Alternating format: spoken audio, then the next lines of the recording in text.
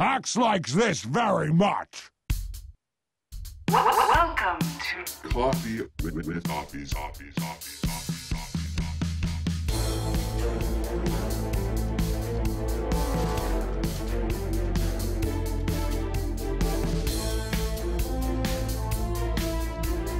Five, 4, 3,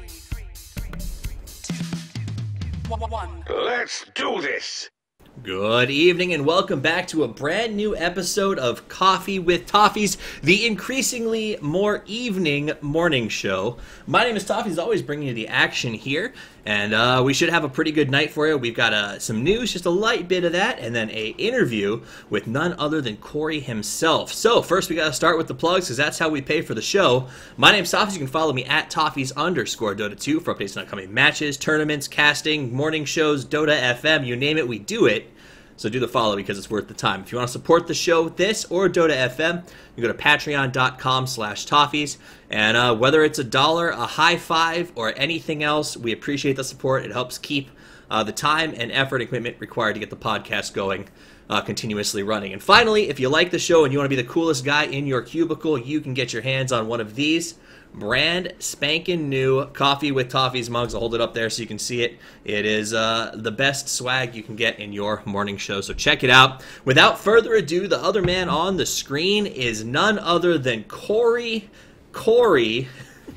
Wright, formerly of Team Zephyr, and he's going to be joining us on the show today, back in the U.S., and I think glad to be so. How are you doing tonight? I'm doing great. How about you, Toffees? I am great. I'm glad that you had the time to come join us and that you cleaned your room for the show, so that I really appreciate.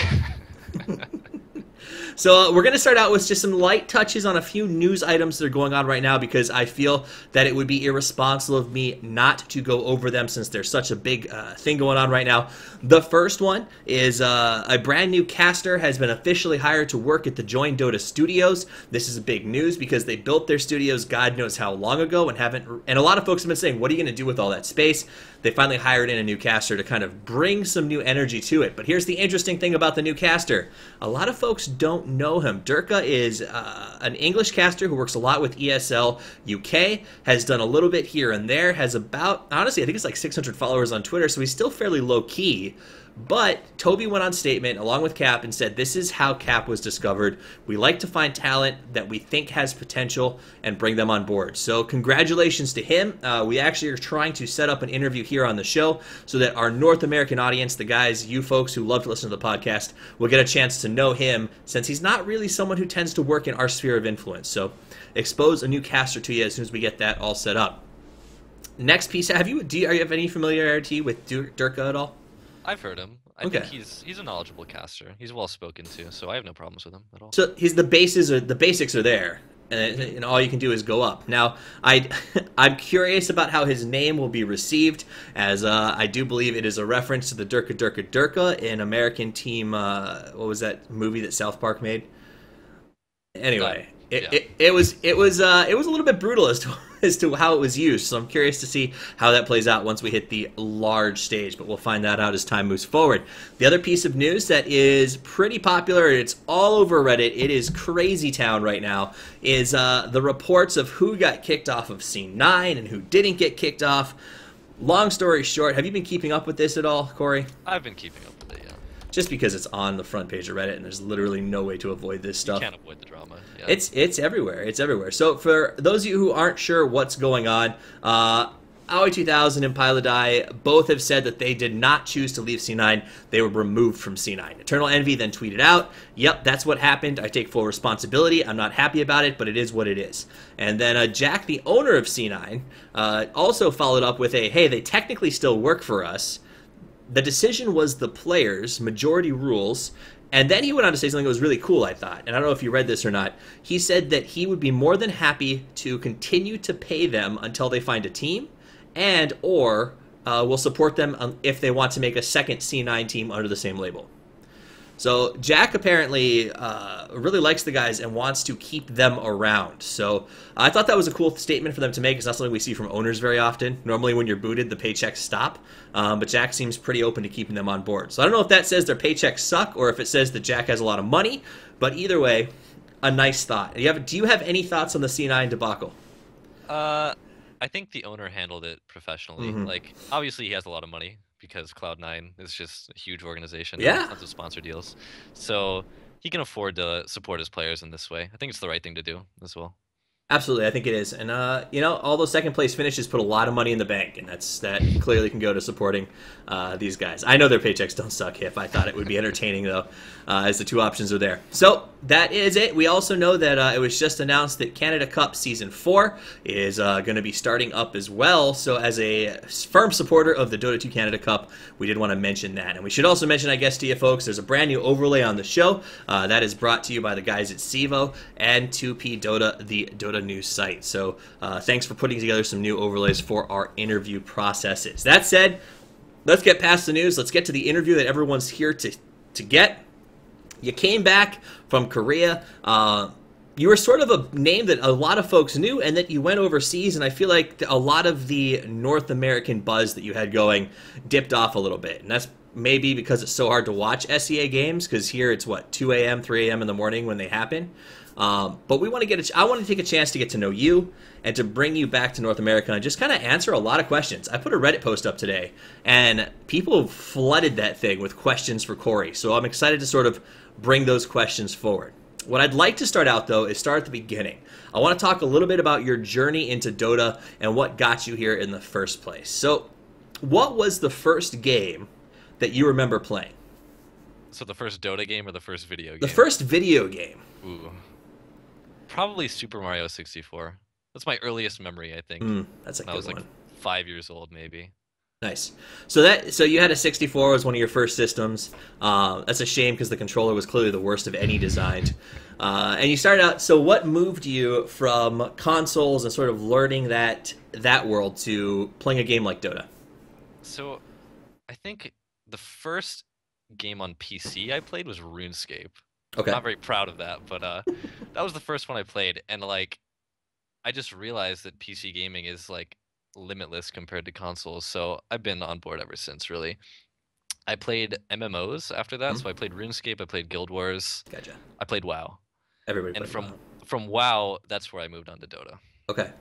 So you played World of Warcraft and then found Dota from there. So WoW was a very addicting game. In fact, last time we had some guests, everybody talked about how all of us were raiders. And apparently if you are involved with the North American WoW or Dota scene, you apparently raided hardcore at some point in WoW. How did you move from the addiction of WoW to the addiction of Dota?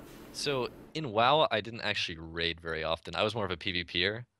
Like, that's really all I played WoW for, was the PvP. Okay. And in a lot of ways, WoW and Dota are very similar. Like because Dota's based off of Warcraft 3, and WoW is derivative of that as well. I don't know, Dota just, something about it has hooked me, you know? It's hard to put words to it, but... Well, no, I definitely know. Since. I know. I mean, I run a podcast about it, so if anybody understands Dota addiction, it is I. So it hooked you in, it got you to stick around. You did the PvP before, so that sort of makes sense. And I know that once you started playing Dota, you got into the IXDL. Now, some of the newcomers to the game in the last year or so may not even know what IXDL is, because it's sort of become a lot quieter. We all know what NEL is, but we don't know what IXDL is. Is that where you think that you got your start? Yeah, it definitely is. I mean, I was completely unknown before IXDL. So what was IXDL? It's an in-house league, meaning it's a rather small community. I mean, relatively small community. Oh, sorry, hold on. Someone just joined my Mumble channel. Okay. So it's a relatively small community. You play with the same players over and over again, right? And so there's a sense of community, right, as well as, like, you want to be better than everyone. You want to be number one on the leaderboards or whatever. So there's that additional incentive as well. This was prior to ranked matchmaking being released. So there was no way to really get a sense of how good you were relative to other people. So IXDL kind of provided that. That makes sense. That makes perfect sense. So from IXDL, you sort of met some folks and you started to play for Stay Free. And then from Stay Free, it just sort of went all the way to Zephyr. So what I was going to ask is, how does one go? And just maybe walk us through a little bit of this history from IXDL Pubstar to hard carry for Zephyr living in Korea. All right, so in IXDL, I was rank 1 in open Mm-hmm. for I don't know how long, maybe 2 or 3 months. And so I got noticed by PPD, who had just been making the transition from Han to Dota. And I know he asked around like quite a few people if they wanted to play. Eventually, they settled on me, and he told me at the very start, he's like, attitude is the most important thing. Mm-hmm. That's stuck with me a lot because I've realized that like individual skill is a lot less important than attitude. Attitude really determines everything, in my opinion. Anyways, to segue from that, uh, so I played with them for I don't know how long, maybe 5 to 6 months, maybe longer.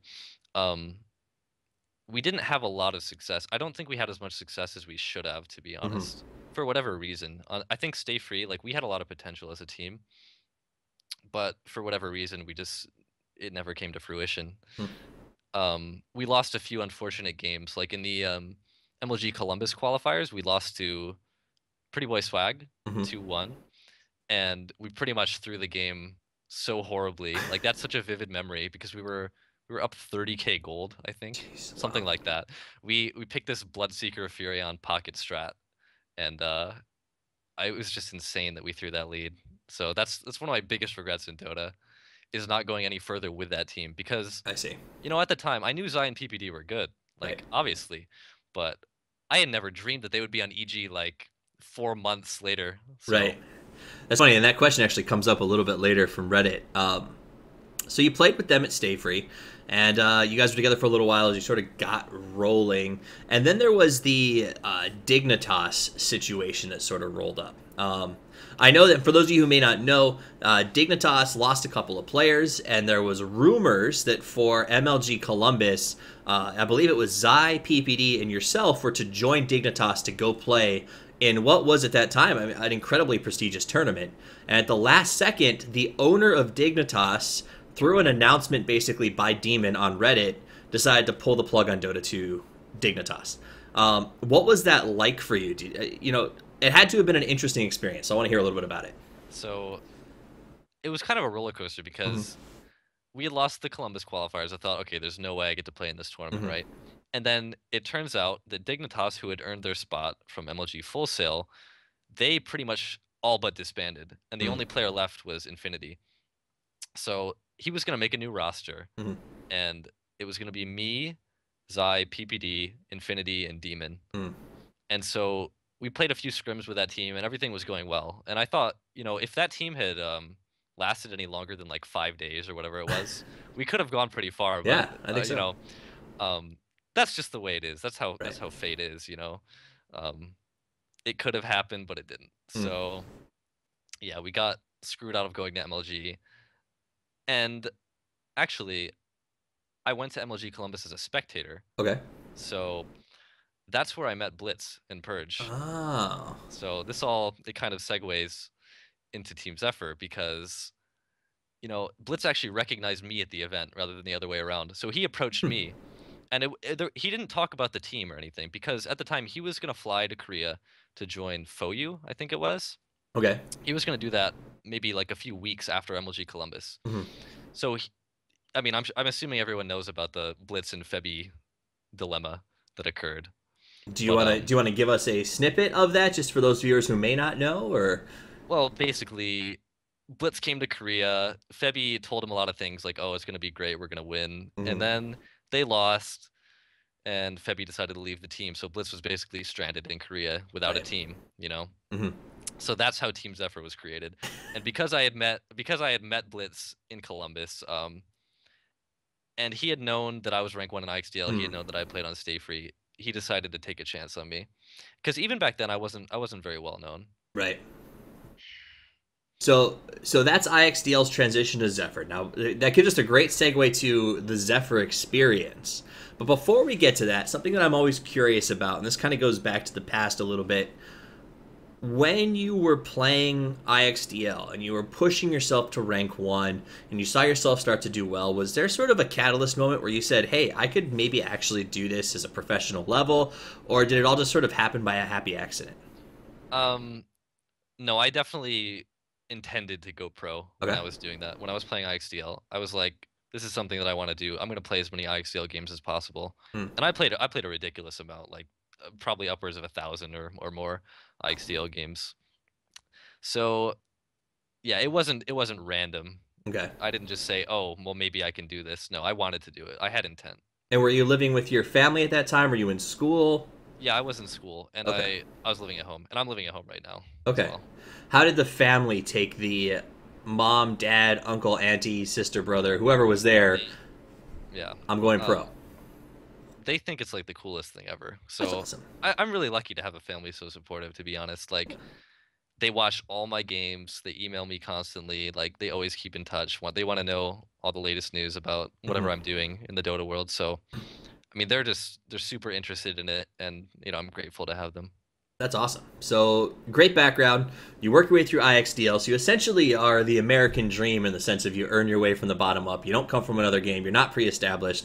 You make it in the IXDL. You get the invite to Zephyr. So that takes us to the Zephyr House in Korea. So I want to start out with I watched the video. First off, I watched the stupid little short of you guys arriving at the Zephyr House, which sort of cracked me up. And then I watched the tour of the place the first day you guys arrived. That place was, I have no other word but swag by comparison to like the E-Hug tour that came out around the same time. It was sort of embarrassing, I think, for them when they compared the two houses. Was that something that sponsors got for you? What was the story with the house? So the story with the house is when Blitz was forming Team Zephyr, he was looking everywhere for housing opportunities, Mhm. and eventually he got in contact with his uncle, who owns that place, but he Mhm. wasn't currently living there. So basically, his uncle rented that house to us for the entire duration of the Wow. year.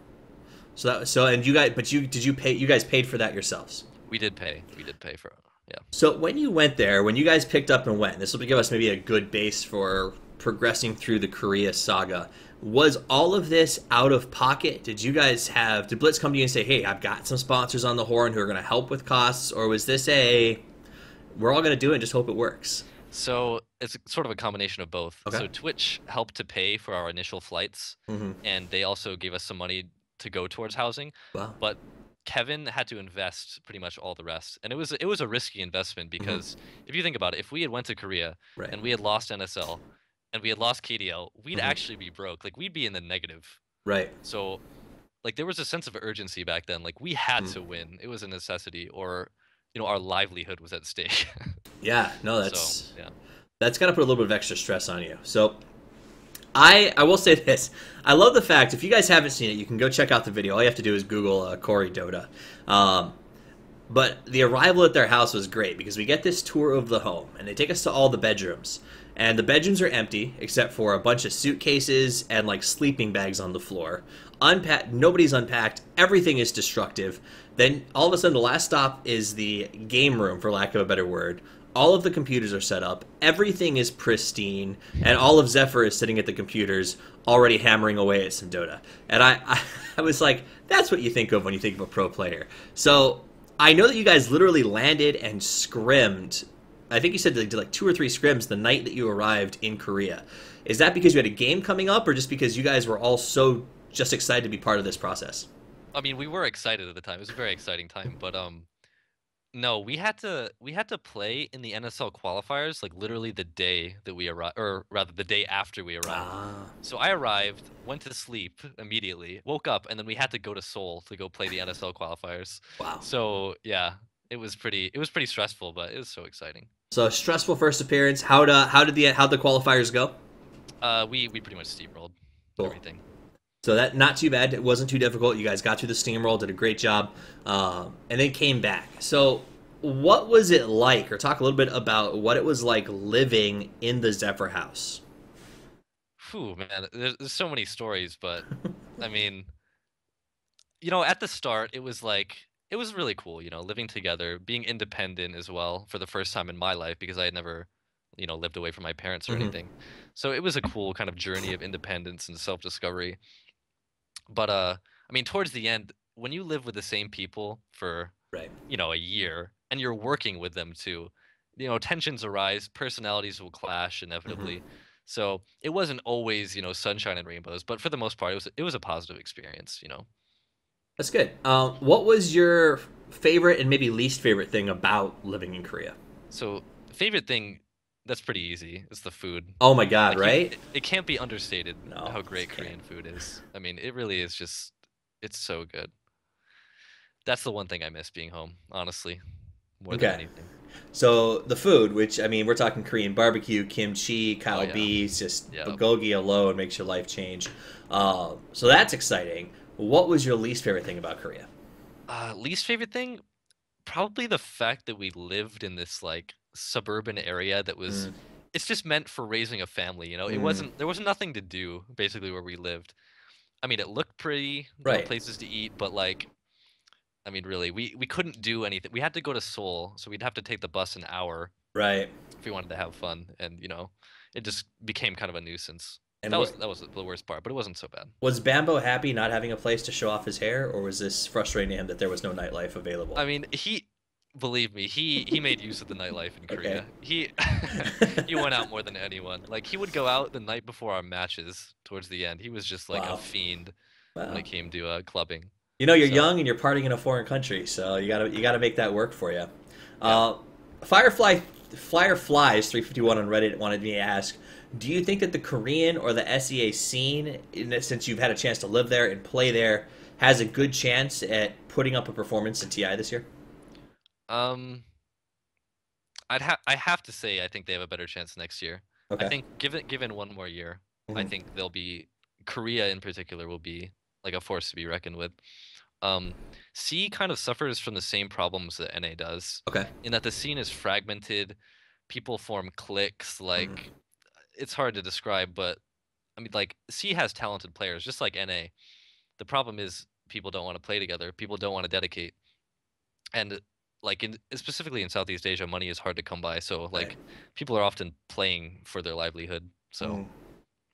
I don't know.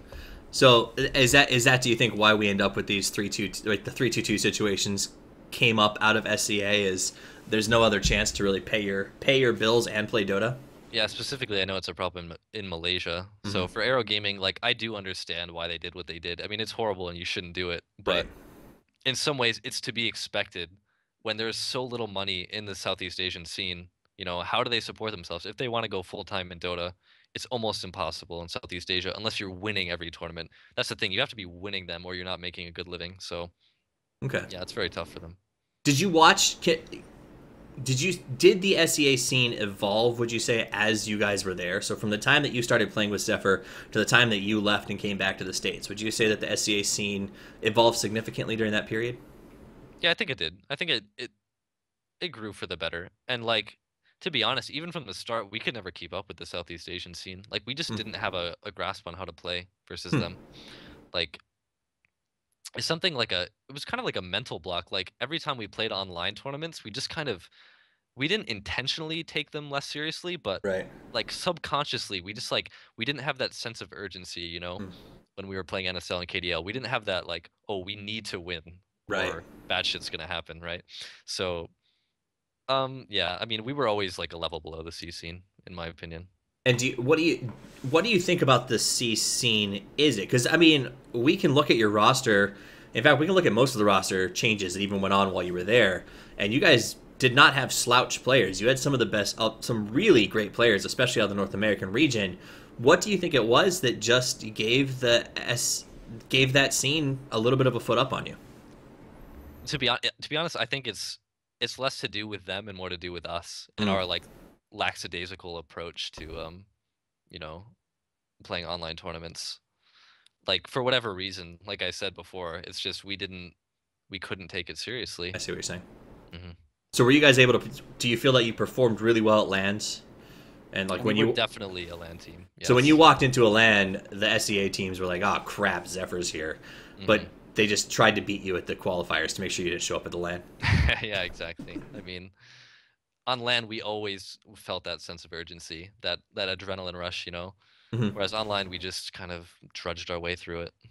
Okay, so in to move forward, in an interview with JD they did about a year ago, you did talk about, and we talked about a little bit how you had to win an NSL. There was really no option because the prize pool essentially covered the costs of forming the team. Now, how do you think that affected you guys mentally in the lead up to that, into the lead up to the finals and the qualifiers and sort of all of that session, all that stuff. Um, Sorry, can you repeat the question? So, knowing that you had to basically win in order to Uh-huh. pay for what you guys were doing in Korea, do you think that that made you more motivated, or do you think it added more stress to the to that whole NSL experience? No, it was a necessary stress, believe Okay. me, because I think if we had been any more relaxed than we were, there was no way we were winning. Mm. Um, like we took that tournament very seriously, especially after we lost to EOT Hammer, which is now Mm. Rave, 2-3. I think it was in the semifinals, or yeah, I think it was the semifinals. Like that kicked us into shape pretty much, because we were kind of lacking confidence before then. We Right. didn't really know how we stood compared to the other teams, and so we lost to them, and we were all so demoralized at that point. We were Right. like, oh shit, are we gonna screw this up? Like, Mm. are we gonna have to go home? You know? And so we played in this tournament called the FOMOS Dota League Okay. versus Bird Gang, which were purported to be like the best team in Korea at the Hmm. time. And we lost the first two games, but somehow, like miraculously, we managed to win the next three. And so we won the FOMOS Dota League, and I think that was the confidence boost we needed. Mm. So this was immediately after we lost to EOT. So we were at like our darkest point, and we managed to pull through. And I think ever since the FOMOS Dota League, like we went on a 23 game winning streak in Yeah. Korea. Like we just didn't lose at all, and so that kicked us into shape for sure. So you guys, and we'll run a little bit through sort of the progression that we saw out there in Korea. With NSL Season 3, you guys took home the win, which is about $11,000 US. Then you went to KDL Season 1 Tier 1, where you guys took home 5.7 with the first place win. And then we go to Season 2 Tier 1, and we end up in third place. Season 3 Tier 1, we end up in fourth place, and then we end up in winning first, but that's for KDL Season 4 Tier 2. Hmm. What happened between April the 12th and essentially, I guess, October the 5th? I guess it was just a constant downward spiral, or like a Mm. lack of motivation, I suppose. Like I said, there's just so many problems that arise when you live with the same people for a year, Right. right? Like it becomes so stressful. And when you're not putting out results, like you're not pleasing your fans, you're not pleasing Hmm. your sponsors, it really just like if you don't win, it's so hard to find motivation. Like that's what Right. I've realized. If you don't win at all, like because for a long time we had not won a single like online tournament Hmm. match or like a KDL match, and we were like at our darkest point there. Yeah. Um, so I don't know. It was just so many factors that led into that. I think it was primarily because we were just so stressed from not being like the top dog that we were Right. for the first 3 months. Like we That. felt like we were kind of disappointing everyone, you know? Do you think that if the prize pools had been larger, like I know that over the last couple of months we've seen SEA announce a lot of tournaments or a lot more lands with much bigger prize pools. Do you think if those pools had been around at the beginning of 2014 when you guys got on your feet initially, the story might have. I mean, we might have taken the C tournaments more seriously, you know. Who can say really? Right. I think the main problem for us in that period from April to October and beyond was just purely a lack of motivation, and like Mm. we all just felt kind of like disenfranchised. I don't know. It was hard to say. It was like a general Yeah. malaise had spread throughout our house. Like Good word. it obviously wasn't the worst thing in the world, but that's why we couldn't perform so well. Okay. So this has taken a decidedly depressing tone, but let's move forward with that idea. So in the interview with JD, you actually mentioned that a few of you missed your girlfriends during your period over there. Did you actually go to Korea with a girlfriend? I had a girlfriend at the time, yeah. Did that work out while you were in Korea, or is the I, distance I'm too tough? I'm not a good long distance boyfriend at all. I You can put understand you can that. put two and two together. I I don't know if I broke her heart, but like I was just such a shitty boyfriend. Hmm. So Well, it's a tough situation. Absolutely, I'm sure that you guys are grinding it out and probably scrimming a lot every night, and there's just it's got to be tough. So that changed. Did a lot of the guys sort of go through the same issues along the way as well? um from what I like, Blitz actually brought over his girlfriend towards the end. Hmm. So she came and stayed with us for about a month. So that relationship was fine. Right. Uh Kevin was introduced to a new girl from Blitz, so he has a girlfriend now. Nice. I don't think anyone else lost a girlfriend Okay. per se. I think I was the only one who lost a girlfriend. So there wasn't when it was said in the JD interview, I wasn't sure if it was a factor that affected the entire team or if it was just something that sort of like you had to deal with and maybe one or two other people. So it sounds like you had to deal with it and maybe she had to deal with it more than you did. So unfortunate, but we're young and that's what happens. Now, in the interview, you also said that you guys got a bit restless in the house. Should have done some vocal warm-ups. Because all you had was Dota. Now, Metaskipper asked me to ask you, when you play Dota as a job, does it get boring or unfun? Is it all practice, or do you still get time to goof off? It definitely, for us, I can't speak for everyone, but for us, and for me in particular, Dota did start to feel like a chore. Like, for whatever reason, I was making money off the game for the first time, and it's kind of paradoxical that, like, I had the least motivation I've ever had. Like, to be honest, after NSL and KDL Season 1, I was just like, I had such a lack of motivation for whatever reason. I don't really know what it is. Something about the house. I don't know. Okay, fair enough. If you think of what that was, let us know. But at the end of the day, I mean, essentially, when we look at the record of the tournaments that you guys played in, you can sort of see where that drop-off is a little bit. Have you been able to, since then, regain the fun of Dota 2? I fiend Dota now. Okay. Like, it's, like I said, like, something about that environment just, like, caused me to have such a lack of motivation. And now that I'm back home, like, it's just completely resparked. Awesome. Well, we're glad to have you back. I can say that in general. I've had the pleasure of watching you, when I can figure out what your damn Smurf names are, playing in things like the SCS. So it has been enjoyable. In fact, I believe you played last week, and there was a giant argument going on Twitch over which previous Zephyr member was playing on the team. And I was like, I don't know. How am I supposed to find this out? So ultimately, we had to send a spy in and got the information. But for the future, and this was... I put Red Hood down too and Ajanda down as people who asked, but there were just tons of people asking this on the thread. Will you be joining a new team? I'm playing with some people right now. All right, you're playing with some people. It's more of a creation of a team rather than joining any pre-established team. Nice. So, are you aiming at finally making the North American Mercenary a solid team member in the form of Demon, or is that something that you are not willing to talk about yet? I don't think I've ever said a word. Well, I have said a word to Demon. Okay. But I mean, like back when we played with PPD, Zion, Frankie. I don't know. I don't think he even knows who I am. I mean, he might know who I am, but like, I'm not good friends with the old boys of the NA scene. And in many ways, NA Dota is like an old boys club. So, yeah, I don't know. I don't think I'm gonna be playing with Demon, to be honest. Unless he wants to. I'm open to the idea, but.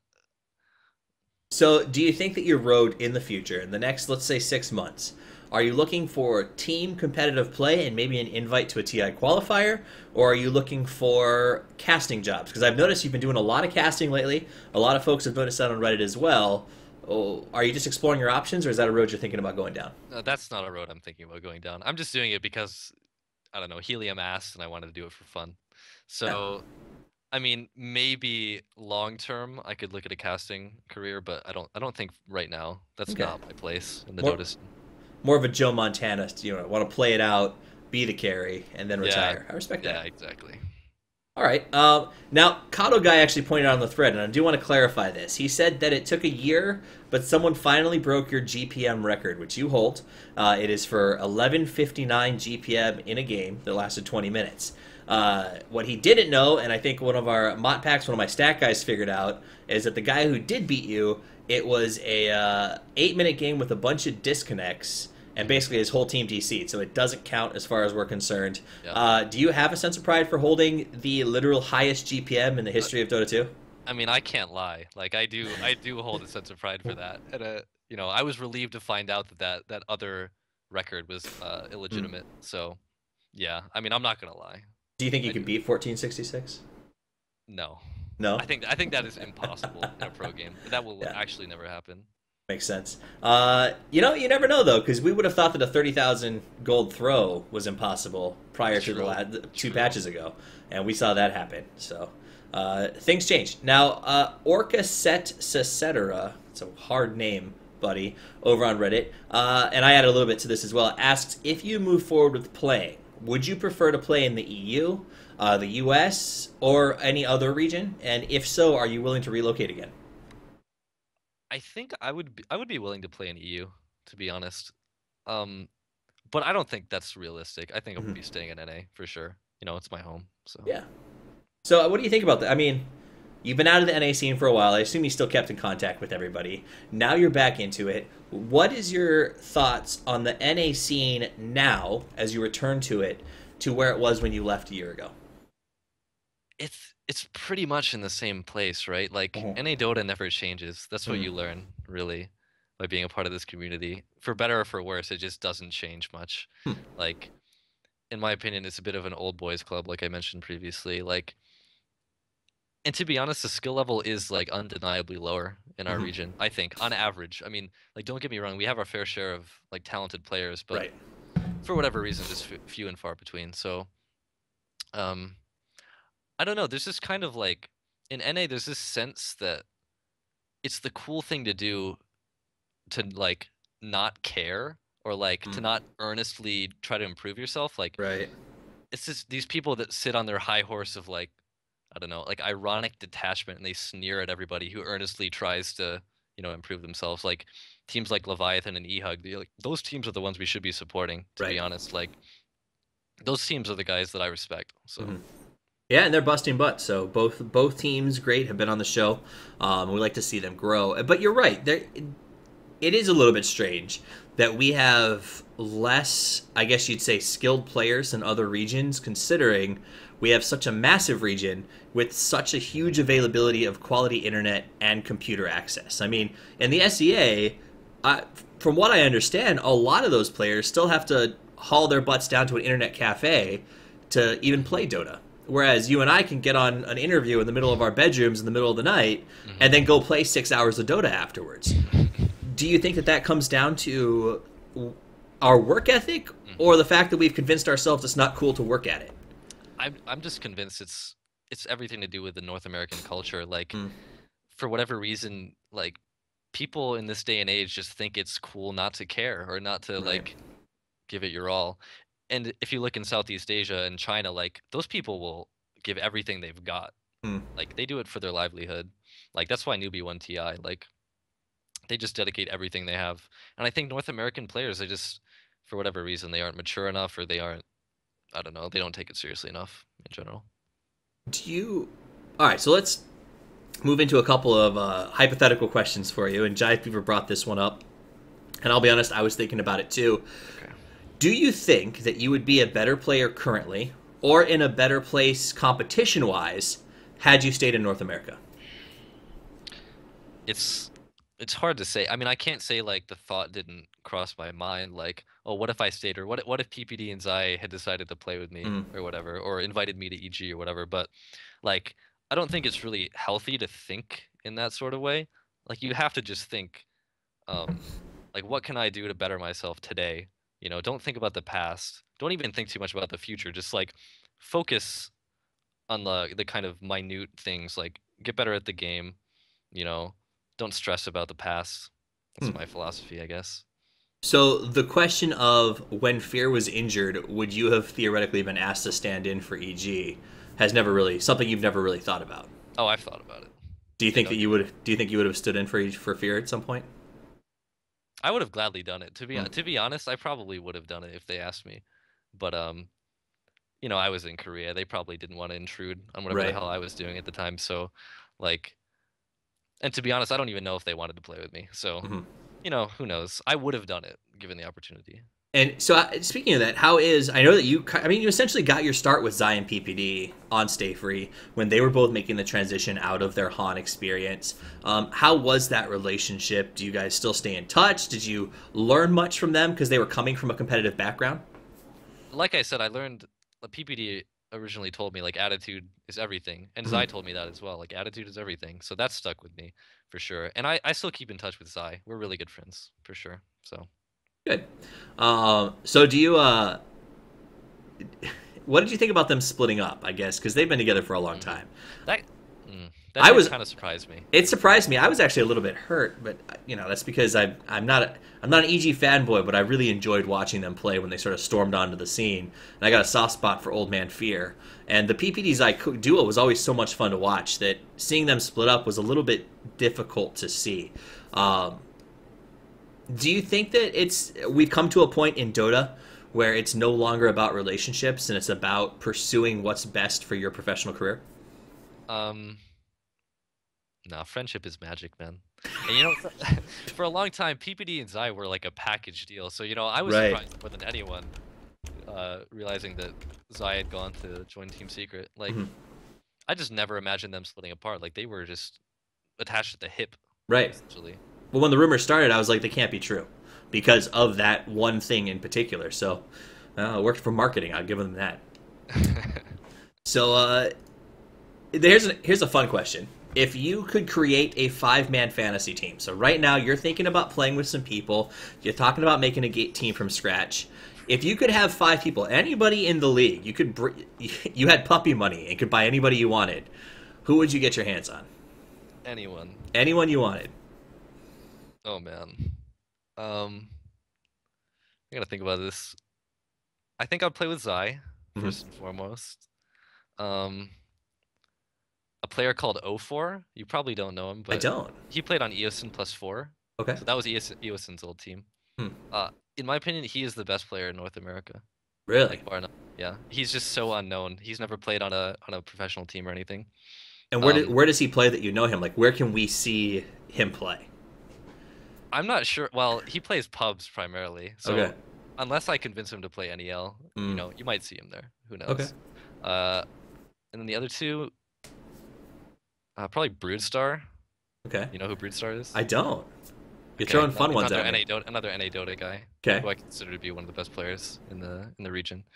And then Bisa. You know Bisa? Not very well. Like, you're literally picking play, and yeah. It sounds like a team that you could just go out and put together. To be honest with you. No, this would be a hard one. Believe me. It's a bunch of people who are like so talented at the game, but they just don't want to take it seriously. If they could take it seriously, like, they would go far. So let me ask you this, because you've interacted with a lot of these guys who are very good players who don't take it seriously. Because at the end of the day, Dota's a game, right? Like, it started out as a video game. We started as a hobby. What do you think it is? These players are seeing $11 million prize pools that makes them say, it's just a game. I'm going to stick to the game. I actually have no idea. Because, like, for me, I'm the complete opposite. Like, I'll gladly drop out of school and play Dota professionally. Like, it was no problem for me. So, I can't say. It's their personal preference. Like, if they want to go to school, they want to get a degree first. That's the safer option, to be honest. Like, I can't fault anyone for doing that. Okay. So as you prepare to move forward and you're looking at trying out some new teams, getting ready to go, is this something where you want to build it from the grassroots and just sort of have your own funded team and do some internet tournaments?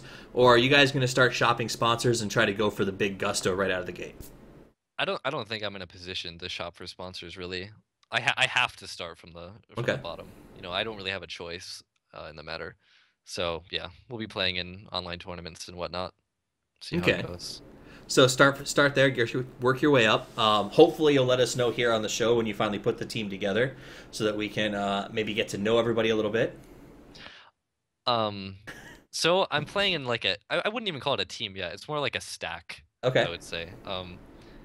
We'll be playing in Canada Cup. It's right now the roster is me, Pandago, MSS, Rhyme, and +1. I'm not sure who the last player will be. It might be Dismeg, it might be someone else. But okay. See, and now those are players I'm more familiar with. And for those of you who in chat are giving me a hard time about not knowing some of those names, I've only been aggressively in the Dota 2 scene for a little over a year, guys. I was a WoW raider for a long time, and it took a while to break away from that. So forgive me my lack of knowledge of previous NA Dota. Yeah, don't worry about it, man. Like, most of the pros don't know who those players are. So fair enough. I couldn't expect you to know.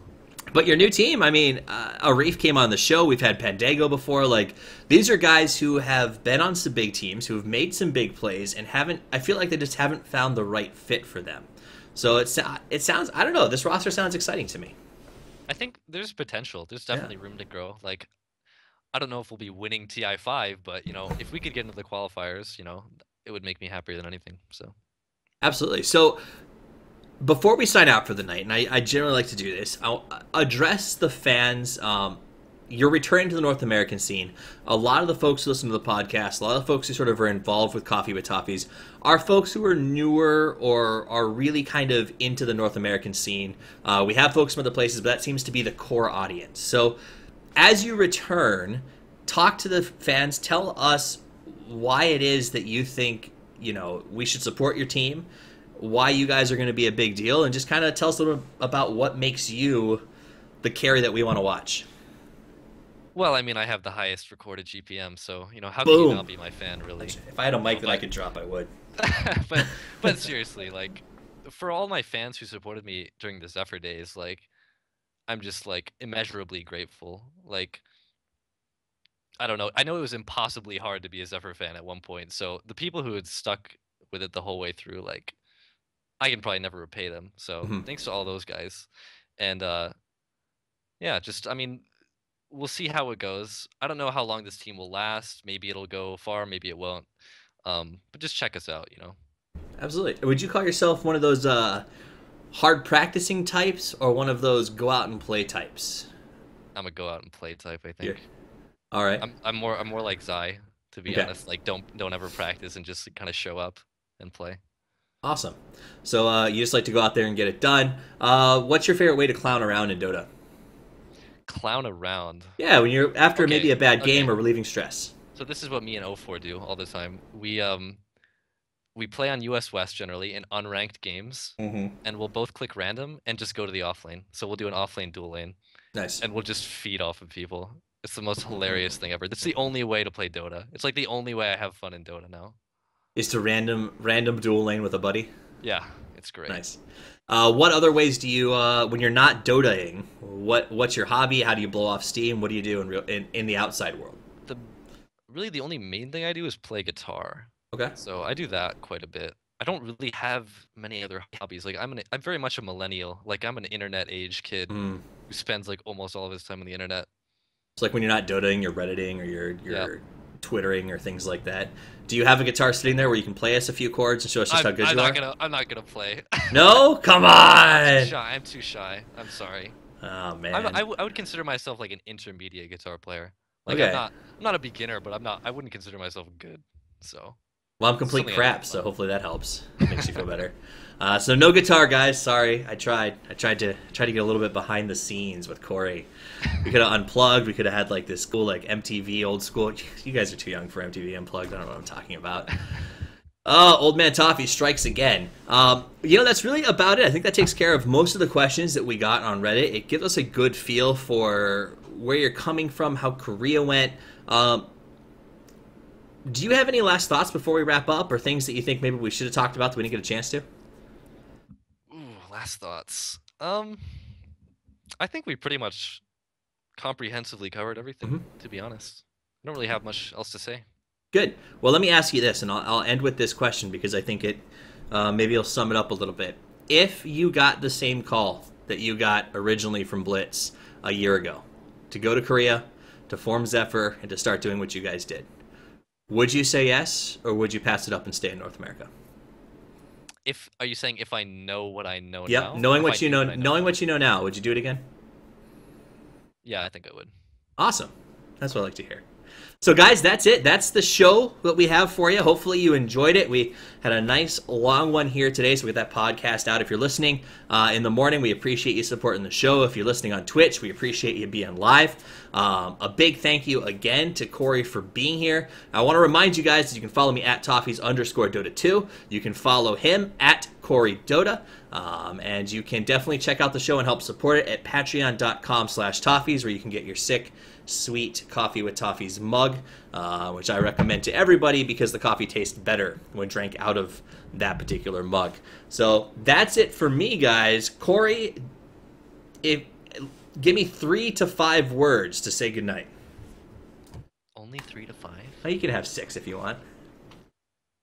Oh God, I don't know. Bye, everyone. I love you all. That's Bye, 5. everyone. I love you. Oh, that's good. I like that. But you know what? I liked it so much, I'm going to close with that one as well. So, guys, thanks for listening. Bye, everyone. I love you all. And as always, Toffees out.